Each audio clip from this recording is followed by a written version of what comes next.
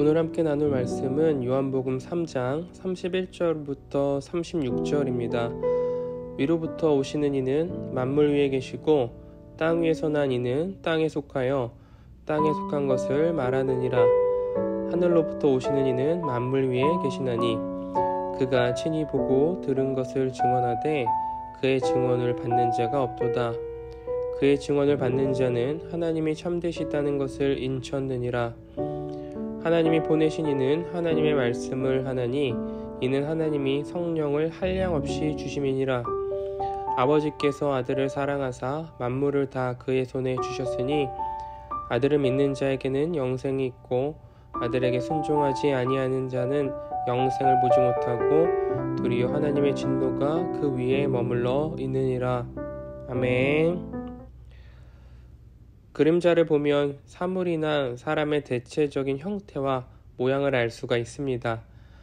눈에 띄는 특징들이 그림자를 통해서 드러나기 때문이죠. 빗속은 성도님들의 그림자를 사진으로 찍어서 퀴즈로 맞히는 게임을 한다면 전부 맞출 수는 없어도 그래도 어느 정도 맞출 수 있을 것 같습니다. 어떤 분은 키가 크시고요. 어떤 분은 좀 키가 작고 또 어떤 분은 머리카락이 기시고 혹은 파마 머리이기도 하고요. 얼굴형에 따라서 어떤 집사님이다, 어떤 권사님이다 이렇게 맞춰볼 수 있겠죠. 그러나 그림자만 가지고서는 실체를 완전히 알 수는 없습니다. 그림자만 보고서는 우리 빗속은 성도님들이 얼마나 아름답고 멋지신지 알 수가 없죠. 실체를 보아야만 얼마나 빛이 나는지 우리는 볼 수 있습니다. 우리는 알 수 있습니다. 예수님께서 이 땅에 오셔서 하나님의 아들이심을 증언하였을 때 대부분의 사람들이 믿지 않았습니다. 좀 더 정확하게 표현하면 믿을 수 없었습니다. 그들에겐 예수님의 증언이 허무맹랑한 것이기 때문이죠. 나사렛 출신의 시골 마을 청년이 갑자기 하나님의 아들이라 말하는데 누가 믿을 수 있겠습니까? 믿는 것이 더 이상하죠. 그런데 믿을 수 없는 근본적인 이유는 바로 예수님과 우리의 질적인 차이 때문입니다. 예수님은 하나님이시고 우리는 피조물이기 때문이죠. 물론 구약 성경을 통해서 하나님께서 메시아를 예언해 주셨지만 구약의 말씀은 예수님의 그림자만 보여줄 뿐 실체를 보여주지는 않습니다. 그런데 하나님의 아들이시며 진리 그 자체이신 예수님이 이 땅에 오셨습니다. 그림자만 볼 수 있었던 예수님이 실체가 되어 내려오셨어요. 이 세상 모든 만물보다 크시며 하늘에 속하신 예수님이 이 땅에 오신 것이죠. 그러나 우리는 땅에 속한 자입니다. 땅에 속한 자가 하늘의 것을 이해할 수 없습니다. 요한복음 3장 1절에 등장하는 니고데모가 바로 땅에 속한 자의 한계를 보여주는 대표적인 인물이죠. 니고데모는 엘리트 출신의 유대인이었습니다. 지식인이었고 유능했어요. 세상에서 높은 자였습니다. 그러나 그는 거듭나야 하나님의 나라를 볼 수 있다는 예수님의 말씀을 이해하지 못하죠. 세상에서 아무리 높은 자리에 있고 아는 것이 많다 한들 땅에 속한 자는 하늘의 것을 이해하고 받아들일 수 없는 것이죠. 그러나 예수님의 증언을 믿음으로 받아들이는 순간 하늘의 것이 우리에게 펼쳐집니다.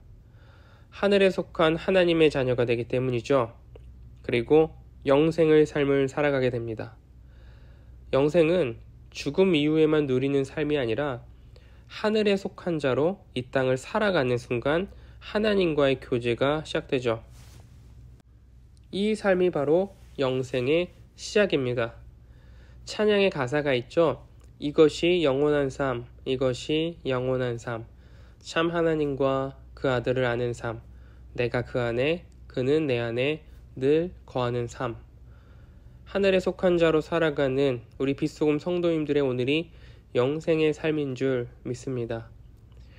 그러나 예수님을 믿지 않는 자들에겐 하나님의 진노가 그 위에 머문다 라고 오늘 말씀은 또한 선포합니다. 우리가 예수님을 전할 때 복음을 거부하는 자들 중에 이런 분들이 있죠. 나는 이 땅에서만 잘 먹고 잘 살면 돼. 내가 살고 싶은 대로 살면 지옥에 가도 후회가 없어. 그런데 지옥은 죽음 이후에 임하는 하나님의 심판일까요? 예수님을 거부하는 자들은 이미 하나님의 심판을 받고 있지만 그것이 심판인 줄 모르고 살고 있습니다. 선한 양심을 버리고 수단과 방법을 가리지 않고 돈을 버는 사람들이 혹시 부러우십니까? 그들은 이미 하나님의 심판을 받고 있습니다. 거짓과 불의한 삶으로 세상의 부귀영화를 누리고 있는 사람들, 그들처럼 많은 것을 가지고 싶으십니까? 그들은 하나님의 진노 가운데 있습니다. 하나님의 말씀을 듣지 않고 출세하여 명예롭게 사는 사람들처럼 되고 싶으십니까? 그들은 이미 하나님의 저주 안에 사는 자들입니다.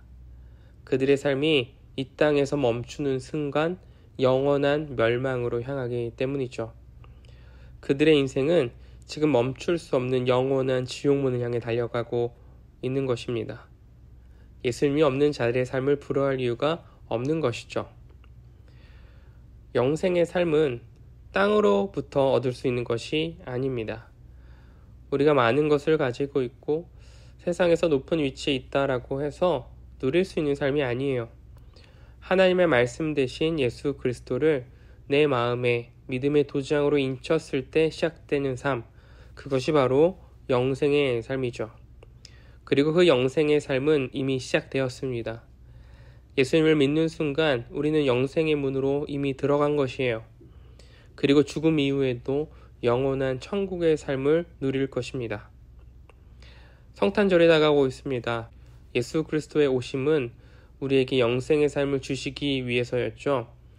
이를 기억하면서 성탄을 맞이하는 사랑하는 빛 속은 성도님들의 오늘이 영원한 천국을 누리는 영생의 삶이 되기를 주 안에서 소망합니다.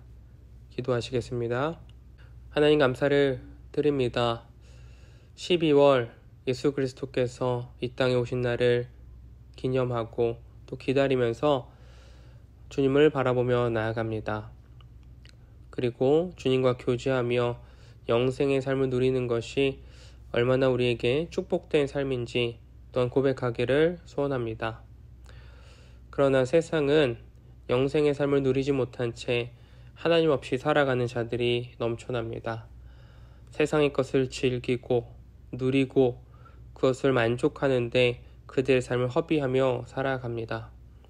예수 그리스도가 없어도 나는 만족하며 산다고, 예수님이 필요 없다고 그렇게 고백하며 세상의 사람들은 세상의 것에만 삶의 초점을 맞추며 살아갑니다.